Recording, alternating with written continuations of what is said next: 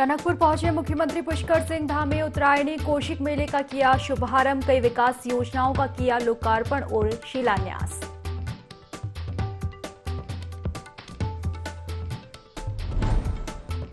टनकपुर में सीएम पुष्कर सिंह धामी ने bus depot का किया औचक निरीक्षण, व्यवस्थाओं का लिया जायजा, अधिकारियों को दिए जरूरी दिशा निर्देश।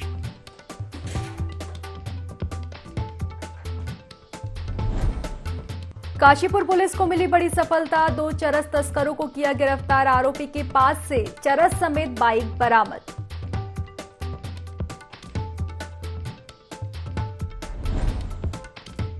लक्सर के सुल्तानपुर कस्बा में सेंधमारी चोरों ने 2 दुकानों को बनाया अपना निशाना, लाखों के माल पर किया हाथ साफ।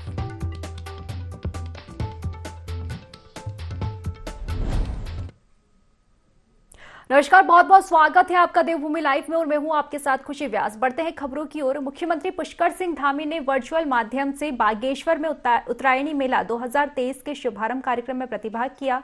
इस अवसर पर उन्होंने बागेश्वर जिले हेतु बालीघाट, धर्मघर सड़क का जीर्णोद्धार किए जाने, गोलू मार्केट, गरुड़ का विनियमितीकरण किए जाने एवं बागेश्वर में खेल मैदान निर्माण कार्य किए जाने की घोषणा की। साथ ही मुख्यमंत्री पुष्कर सिंह धामी ने कहा कि राज्य में सौर ऊर्जा की अपार संभावना है। सौर ऊर्जा के सही उपयोग एवं इसे बढ़ावा देने हेतु जल्द ही राज्य में सौर ऊर्जा नीति लाई जाएगी, जिस परियोजना में सब्सिडी भी प्रदान की जाएगी। इससे प्रदेश के हजारों युवाओं को भी जोड़ा जाएगा। उन्होंने कहा कि बागेश्वर को रेलवे के मानचित्र में जोड़ने के लिए केंद्र एवं राज्य सरकार मिलकर तेजी से कार्य कर रही है।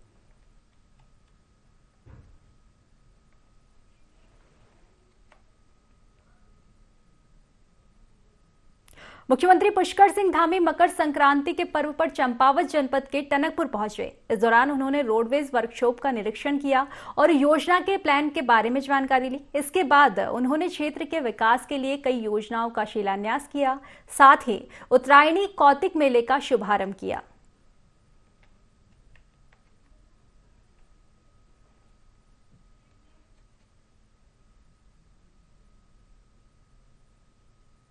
सितारगंज के नानक मत्ता में पर्वतीय सांस्कृतिक विकास समिति के तत्वाधान में भव्य शोभा यात्रा निकाली गई। वहीं यात्रा नगर के मुख्य चौक चौराहों से होते हुए गुरु नानक स्कूल के मैदान में संपन्न हुई। इसी के साथ नानक मत्ता में 2 दिवसीय उत्तरायणी कौतिक मेला शुभारंभ हुआ, जिसके बाद सांस्कृतिक समितियों ने रंगारंग कार्यक्रमों को प्रस्तुत कर श्रोताओं को भाव विभोर किया। तो वहीं नन्हे मुन्ने बच्चों ने सुंदर अभिनय से कार्यक्रम में 4 चांद लगा दिए।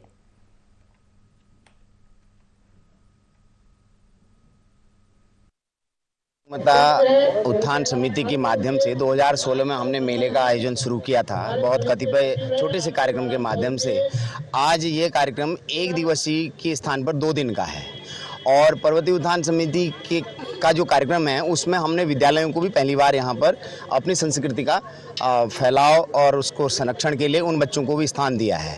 और दूसरा ऐपण का जो हम अपने अतिथियों को या हम अपने बच्चों को जो स्मृति चिन्ह के आधार पर दे रहे हैं, वो एक ऐपण की व्यवस्था उनको हम एक स्मृति चिन्ह के रूप में दे रहे हैं। दूसरा हमने एक विषय अगला ये तय किया है, आने वाले समय में इन ऐपण्स को हम विभिन्न स्कूलों के माध्यम से बच्चों से कलात्मक दृष्टि से स्कूलों से तैयार कराएंगे। उन्हीं ऐपण की जो सृष्टियां बनेंगी उनको हम अपने अतिथियों को सौंपेंगे, ऐसा हमने ये तय किया है। उत्तराखंड का बहुत जाना माना बहुत अच्छा उत्साहजनक हमारे जो कलाकार गाना गाने के बाद हमारे सभी जनजीवन को संतुष्ट करते हैं। जो लोग हमें एक मैसेज देते हैं कि देखिए हमारे दक्षिणार्ध के सूर्य उत्तरार्ध में हो गए हैं और आने वाले कल में हमारे क्षेत्र की अच्छी फसल होगी और आने वाला अगला महीना हमारा कल से जो मकर संक्रांति के बाद माघ का महीना पवित्र महीना लगेगा,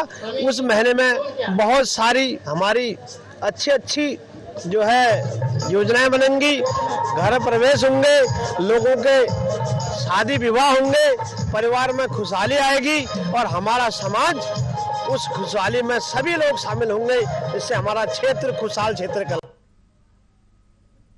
जोशीमठ में भू धसाव आपदा के चलते चूनिया त्योहार पर्व का ग्रहण लग गया है। चूनिया त्योहार को जोशीमठ के बड़े ही हर्षोल्लास मनाया जाता है। तो आपदा पीड़ितों का कहना है कि अब ना घर बचा है और ना ही आशियाना। ऐसे में क्या तीज और क्या त्योहार, लोग प्रतीकात्मक रूप में ही त्योहार मना रहे हैं। बता दें कि जोशीमठ में मकर संक्रांति के पर्व को चूनिया के रूप में मनाया जाता है।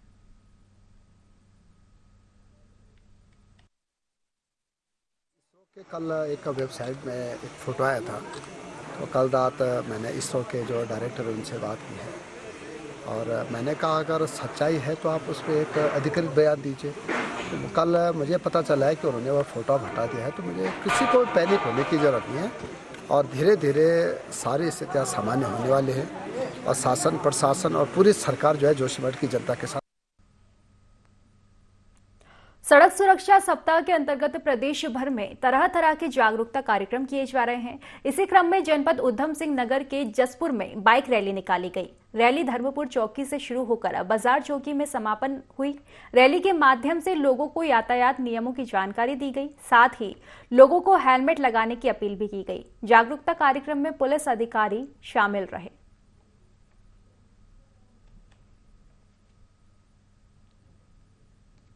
तीसवां सड़क सुरक्षा सप्ताह चल रहा है, स्वच्छता पखवाड़ा, जिसके दृष्टिगत उच्चाधिकारी के निर्देश पर ये 11 तारीख से लगातार यातायात जागरूकता अभियान चला हुआ है। इसी क्रम में आज जसपुर क्षेत्र में स्थानीय जनता की मदद से और पुलिस कर्मियों द्वारा सबने मिलकर एक रैली निकाली, जिसमें यातायात जागरूकता शुभ संदेश दिया गया। सभी को यातायात के नियमों के बारे में अवगत कराया गया।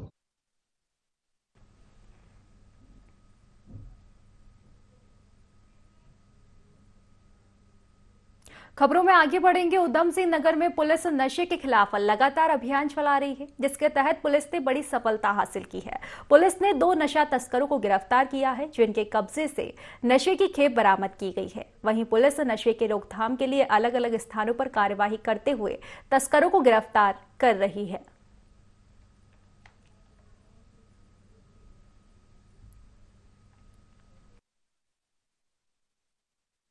डीजीपी महोदय के निर्देशों के क्रम में नशे के विरुद्ध लगातार कार्रवाई की जा रही है। इसी क्रम में काशीपुर पुलिस को एक सफलता हासिल हुई है। इसमें 2 अलग अलग अभियुक्तों से लगभग 10.5 ग्राम चरस, 10.5 ग्राम स्मैक और 510 ग्राम चरस मिली है। दोनों को दौराने चेकिंग ये दोनों के पास से सामान मिला है। एक अन्य अभियुक्त जिसका नाम बताया जा रहा है, जो कि इस तस्करी में इनके साथ लिप्त है, परंतु मौके पर मौजूद नहीं था, वो उसको हमने इसमें वांछित किया है। उसकी भी तलाश जारी है। एक अभियुक्त के विरुद्ध पूर्व में कई मुकदमे दर्ज हैं और इसी के आधार पर उस पर गुंडा एक्ट की भी कार्रवाई की जाएगी और गैंगस्टर एक्ट के तहत भी उस पर कार्रवाई की जाएगी। तो इसमें कुल मिला के दोनों अभियुक्तों को और माल के साथ आज माननीय न्यायालय के समक्ष पेश किया जाए। लक्सर के सुल्तानपुर कस्बा क्षेत्र में एक साथ 2 दुकानों में सेंधमारी की वारदात सामने आई है, जहां चोरों ने लाखों की चोरी को अंजाम दिया है। खबर मिलते ही सुल्तानपुर पुलिस चौकी प्रभारी मनोज नोटियाल मौके पर पहुंचे और आगे की कार्यवाही की जा रही है।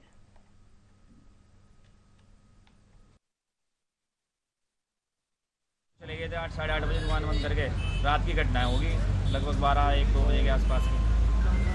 ऊपर से चोरों ने फाड़ दे के नीचे आ गए और सामान ले गए चोरी करके। लगभग 1-1.5 लाख रुपए नुकसान है। कैमरे थे, कैमरे ले गए और डीवीआर वगैरह वो सब ले गए। नकदी थी, थोड़ी नकदी थी, कोई 10-20 हज़ार रुपये। काफ़ी पुरानी दुकान है, लेकिन यहाँ पे शिफ्ट होके इसी महीने इन्होंने मुहूर्त किया। बड़े दुखद की बात है कि ऊपर से टीन को तोड़ के लाखों रुपए की चोरी कर ली। चोरों के हौसले बहुत ज़्यादा बुलंद है। डीवीआर ले गए, कैमरे उतार के ले गए, महंगे जितने भी कॉस्मेटिक आइटम है वो ले गए। उन्हें कंफर्मेशन थी कि कौन सा आइटम कहाँ रखा है, उसको उन्होंने उठाया। एक चोरी और संज्ञान में आई है। बीडी सिगरेट्स को लेकर उन्होंने शटर फाड़ा है और वहाँ से 50-60 हज़ार रुपये का सामान चोरी कर लिया। नशे का कारोबार सुल्तानपुर में बहुत ज़्यादा है और सब लोग पढ़े लिखे हैं, सब समझते हैं ये सब नशे के कारोबार करने वाले हैं। पुलिस को सूचना सुबह सुबह दे दी गई थी। नोटियाल जी से बात हुई है। हमारा प्रशासन से सब पूरा ये रहेगा कि जल्दी से खोलने का प्रयास करें और जल्दी से अगर जल्दी लगा जाएगा तो हो सकता है कि जल्दी से कोई ना कोई पकड़ा जाए। मैं अभी सूचना पे मौके पर टीम मौजूद है और जो भी आगे तथ्य आएंगे उसके आधार पर बाजपुर क्षेत्र की कोसी नदी में अवैध खनन की शिकायत मिलने पर एसडीएम राकेश चंद तिवारी और तहसीलदार अक्षय कुमार भट्ट कोसी नदी क्षेत्र में निरीक्षण करने पहुंचे। राजस्व टीम ने हाईवे दोराहा से अवैध खनन में लिप्त 2 डंपरों को पकड़ा। एसडीएम ने बताया कि बेंतखेड़ी से सुल्तानपुर पट्टी तक कोसी नदी का निरीक्षण किया है। राजस्व टीम को अवैध खनन पट्टों के अभिलेखों की जांच करने के निर्देश भी दिए गए हैं।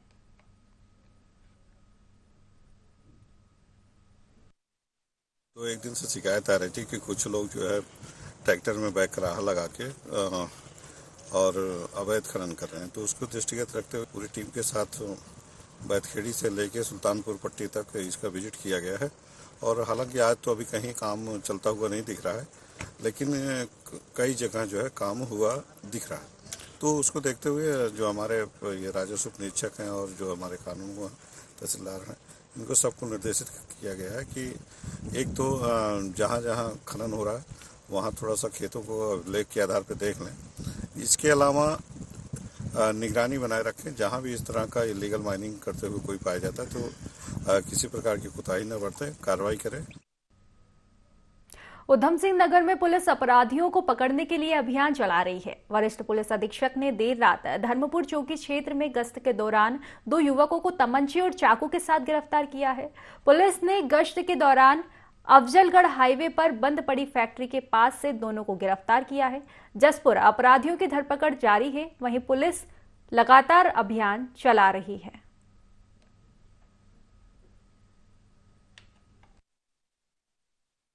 अधीक्षक महोदय के आदेश से आजकल बॉर्डर पर और सभी थाना क्षेत्रों में संदिग्ध व्यक्तियों पर हम कार्रवाई कर रहे हैं। और रात्रि गश्त के दौरान हमने कल 2 संदिग्ध व्यक्तियों को चाकू के साथ पकड़ा था और कल रात्रि भी हमने 2 संदिग्ध व्यक्तियों को पकड़ा, तो उनके तलाशी में उनसे तमंचा और चाकू बरामद हुआ। और ऐसी लोगों की शिकायत है कि यही लोग जो रात में ऐसे घूम रहे हैं अनावश्यक रूप से, यही लोग छोटी मोटी चोरियों को अंजाम दे रहे हैं। और आगे इस तरह से कार्रवाई जारी रहेगी ताकि चोरियों पर कंट्रोल किया जा सके। चंपावत जिले के भ्रमण पर मुख्यमंत्री पुष्कर सिंह धामी पहुंचे, जहां उन्होंने शारदा घाट पर मां शारदा की आरती कर प्रदेश की सुख और शांति की कामना की। इस अवसर पर उन्होंने कहा कि मां शारदा की नियमित आरती से जिले को धार्मिक पर्यटन में काफी प्रसिद्धि मिलेगी। साथ ही उन्होंने कहा कि शारदा मैया की पावन भूमि पर मकर संक्रांति, उत्तरायणी जैसे अनेकों नामों से जाने जाने वाले इस पर्व को मनाया जा रहा है और आप सभी को मकर संक्रांति की हार्दिक शुभकामनाएं।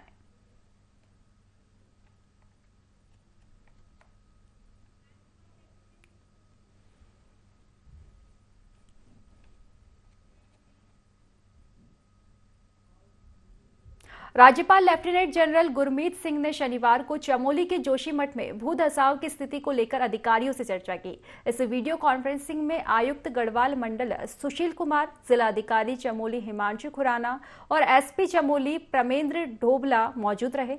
राज्यपाल ने कहा कि विपदा की इस घड़ी में पूरा देश और प्रदेश प्रभावित लोगों के साथ है। चुनौती के समय में हमें प्रत्येक प्रभावित की समस्या को सुनना होगा और उसे हर संभव मदद करनी होगी। उन्होंने अधिकारियों से कहा कि प्रभावितों की मूलभूत जरूरतों पर विशेष ध्यान दिया जाए।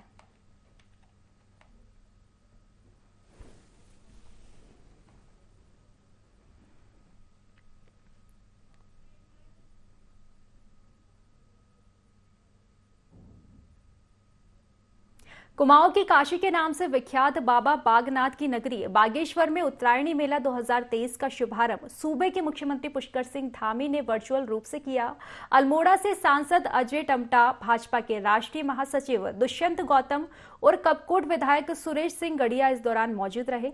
मेले को भव्य रूप देने के लिए जिला प्रशासन बागेश्वर ने कुमाऊं और गढ़वाल क्षेत्र के स्थानीय कलाकारों की प्रस्तुति के साथ ही खेलकूद में दंगल और वॉलीबॉल, कबड्डी, राष्ट्रीय स्तर की बैडमिंटन प्रतियोगिता का आयोजन किया। वहीं झांकियों में चारधाम की झांकी और हिल एरिया की झांकी मुख्य आकर्षण का केंद्र रही।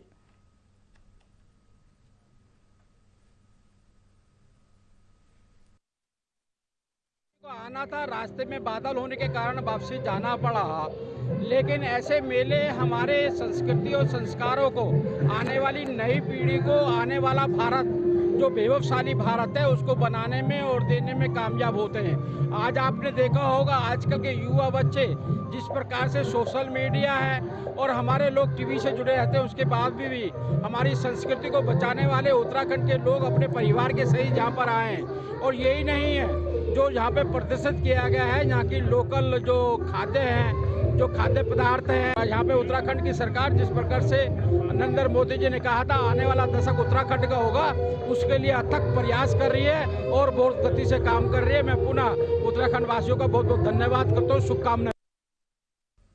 केंद्रीय रक्षा मंत्री राजनाथ सिंह और मुख्यमंत्री पुष्कर सिंह धामी ने सीमावर्ती क्षेत्रों में पर्यटन को बढ़ावा देने के लिए Soul of Steel Alpine Challenge का शुभारंभ किया। वहीं चमोली के नीति गांव के लिए 460 किलोमीटर लंबी car rally road to the end को भी हरी झंडी दिखाकर रवाना किया। बता दें, केंद्रीय रक्षा मंत्री राजनाथ सिंह और मुख्यमंत्री पुष्कर सिंह धामी ने जसवंत ग्राउंड में आयोजित 7वें सशस्त्र सेना पूर्व सैनिक दिवस के मौके पर आयोजित कार्यक्रम में प्रतिभाग किया। इस दौरान केंद्रीय रक्षा मंत्री राजनाथ सिंह ने कहा कि कारगिल युद्ध के दौरान उत्तराखंड राज्य के सैनिकों ने दुश्मन के खिलाफ मजबूती से खड़े होकर और अडिग भावना के साथ देश की रक्षा करने में महत्वपूर्ण भूमिका निभाई। सशस्त्र बलों के जवानों के साहस और बलिदान के कारण हमारे नागरिक सुरक्षित महसूस करते हैं और अपना सिर ऊंचा करके चलते हैं। हमारे बहादुर सैनिकों ने दुनिया भर में भारत की छवि को एक शक्तिशाली और सम्मानित राष्ट्र के रूप में बदलने में बहुत बड़ा योगदान दिया है। हमारे जवान हमारी एकता और अखंडता के रक्षक हैं। हम चैन से सोते हैं क्योंकि हमारे जवान सीमा पर रात दिन चौकस हैं।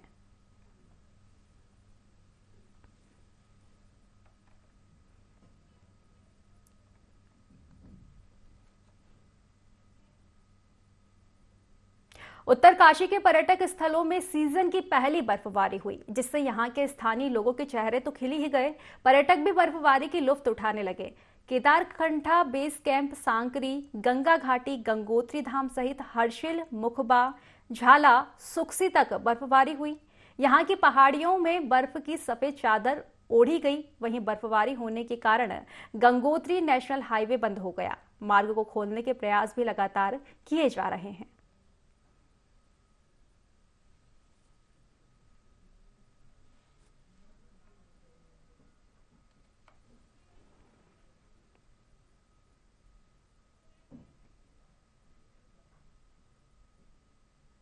उत्तराखंड की पहाड़ियां चांदी की तरह चमक रही है। प्रदेश के ज्यादातर हिस्सों में बर्फबारी हुई। जहां प्रदेश के निचले हिस्सों में बारिश हो रही है, तो वहीं ऊंचाई वाले क्षेत्रों में बर्फबारी का सिलसिला लगातार जारी है। ऐसा ही कुछ नजारा बद्रीनाथ, केदारनाथ, उत्तरकाशी में भी देखने को मिला। वहीं मसूरी में भी जमकर बारिश और बर्फबारी हुई, जिसके बाद बर्फबारी का लुत्फ उठाने के लिए पर्यटक पहुंचे और स्थानीय व्यापारियों में खुशी की लहर छा गई।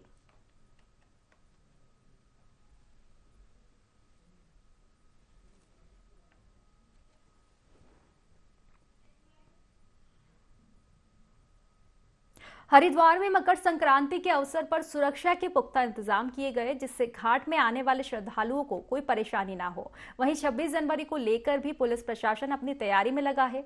इसे लेकर मॉक ड्रिल भी आयोजित की गई। त्योहारों के मद्देनजर सुरक्षा व्यवस्था को लेकर एसपी स्वतंत्र कुमार सिंह से खास बातचीत की हमारे संवाददाता धर्मराज ने। मौजूद है हरिद्वार हर की पेड़ी पे, और अगर हम सुरक्षा की बात करें तो हमारे साथ स्वतंत्र कुमार सिंह जी हैं। आइए इनसे भी जानेंगे। इन्होंने 8 सेक्टर 48 जोनों में बांटा गया था। पुलिस प्रशासन की एक यहाँ मॉक ड्रिल भी कराई गई थी। आइए इनके बारे में जानते हैं किस हिसाब से मॉक ड्रिल हुई है और यहाँ सुरक्षा व्यवस्था की बात करते हैं हर की पेड़ी पर किस तरह से। सर, सबसे पहले तो IND में आपका स्वागत है। धन्यवाद। आज मकर संक्रांति के अवसर पर सबको शुभकामनाएं दी। आज साल का पहला स्नान है। यहाँ स्नान को देखते हुए पूरे हरिद्वार मेला क्षेत्र को 7 जोन में बांटा गया है। 17 सेक्टर में बांटा गया है। 1 सुपर जोन है। इस समय भीड़ भाड़ ठीक ठाक है। सुबह थोड़ी सी भीड़ ज़्यादा थी क्योंकि जो ब्रह्म मुहूर्त था जिसमें स्नान का मुहूर्त माना गया था, उस समय थोड़ी भीड़ भाड़ थी और अभी भी भीड़ भाड़ है। इसको ध्यान में रखते हुए कि यात्रियों को कोई प्रॉब्लम ना हो, ट्रैफिक का भी पर्याप्त वहाँ पे ट्रैफिक ड्यूटी लगाई गई है। सर, अगर ऐसे में बात करें कि सुबह लगभग यहाँ से 2.5 से 3 लाख श्रद्धालु स्नान कर चुके हैं और सुरक्षा की आपने बात करी, 7 जोन 18 सेक्टरों में बांटा गया था और सुरक्षा को देखते हुए रात में एक मॉक ड्रिल कराई गई थी, क्या कहेंगे इस विषय में? देखिए, ये मॉक ड्रिल एक हमारा पार्ट है हमारे सुरक्षा का, और बीच बीच में इसको करते रहते हैं हम लोग, और ऊपर से भी आदेश है इस तरह के मॉक ड्रिल होते रहने चाहिए। उसी को ध्यान में रखते हुए मॉक ड्रिल किया गया था, और ये इस साल का पहला स्नान है, तो अभी तक कुशलतापूर्वक पूरा स्नान बीता है। आगे भी हमारी ड्यूटी अनवरत बनी रहेगी। देखिए, सुरक्षा के लिए हम लोग लगातार आपको जैसे बता रहे हैं कि सुरक्षा को देखते हमारी मॉक ड्रिल लगातार चलती जा रही है, और पूरी सुरक्षा पे नज़र भी रखते हैं। हमारी चेकिंग फ्रिस्किंग का भी अभियान चल रहा है। होटल्स और ढाबे और आसपास के जो भीड़ भाड़ वाले एरिया हैं वहाँ पे BDS और हमारी QRT और ATF की भी मौजूदगी रहती है, और लगातार हमारी टीम सतर्क दृष्टि बनाए हुई है। ऐसे में आपको बता दें, हरिद्वार से लगातार सुरक्षा की बात करें तो यहाँ मकर संक्रांति स्नान से लाखों श्रद्धालुओं ने सुबह से अभी तक डुबकी लगा चुकी है, और लगातार ऐसे ING 24 की टीम आपको दिखाती रहेगी। मैं धर्मदास खरीद। हरिद्वार में मकर संक्रांति और 26 जनवरी को देखते हुए प्रशासन ने तमाम तैयारियां पूरी कर ली है। कोरोना के बाद यहां पहली मकर संक्रांति है, जिसके चलते अनुमान लगाया जा रहा है कि यहां करीब 10 लाख श्रद्धालु गंगा स्नान करने पहुंच रहे हैं, जिसको देखते हुए मेला क्षेत्र को 7 जोन और 17 सेक्टर में विभाजित किया गया, और संदिग्ध लोगों पर नजर रखने के लिए CCTV कैमरे की मदद भी ली जा रही है, जिसको लेकर जिलाधिकारी और SSP ने अधिकारियों को जरूरी दिशा निर्देश दिए। जिलाधिकारी विनय शंकर पांडे ने बताया कि कोरोना काल के दौरान इसे प्रतिबंधित किया गया था, जो 2 साल बाद आयोजित किया जा रहा है।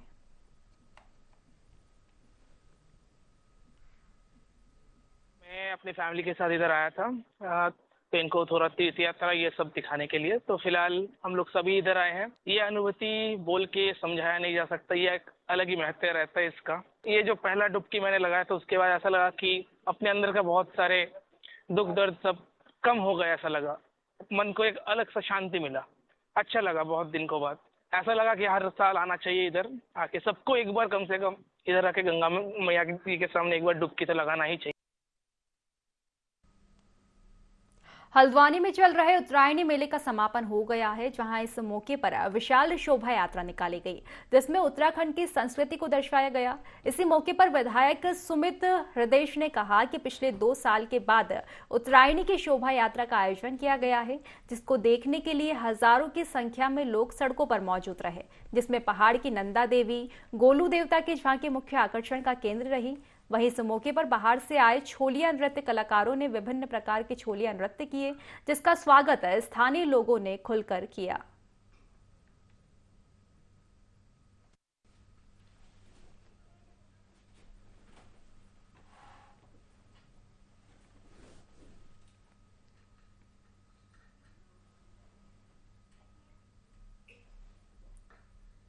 हल्द्वानी में समिति के लोगों ने अपनी मांगों को लेकर काला ढूंगी चौराहे पर भीख मांगकर प्रदर्शन किया।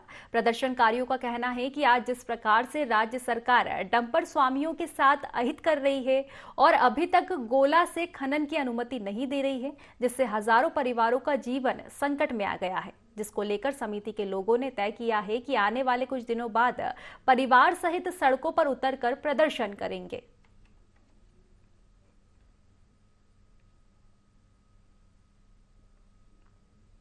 हमारी इस बार की दीपावली और उत्तरायणी सब त्योहार हमारे चले गए हैं। हम लोग 4 महीने से धरने में बैठे हैं, कोई सरकार सुनने वाली नहीं है। मोदी जी के नाम पर ये सरकार बढ़ने वाली ओवर कॉन्फिडेंस की गवर्नमेंट हमारी एक बात नहीं सुन ली। आज 4 लाख से ऊपर लोग, चाहे वो गोला ले लो, नंदौर ले लो, कोसी ले लो, दापका ले लो, सब जगह जो है वाहन स्वामी पैदल है, क्योंकि रॉयल्टी इन्होंने पट्टों की इतनी कम कर रखी है और नदियों की रॉयल्टी इन्होंने बहुत ज्यादा बढ़ा रखी है। इसलिए आज मजबूर होकर हम लोग बेरोजगार होकर आज हमें यहाँ पर भीख मांगना पड़ रहा है। ये प्रदेश सरकार की नाकामी है, मुख्यमंत्री पुष्कर सिंह धामी की नाकामी है।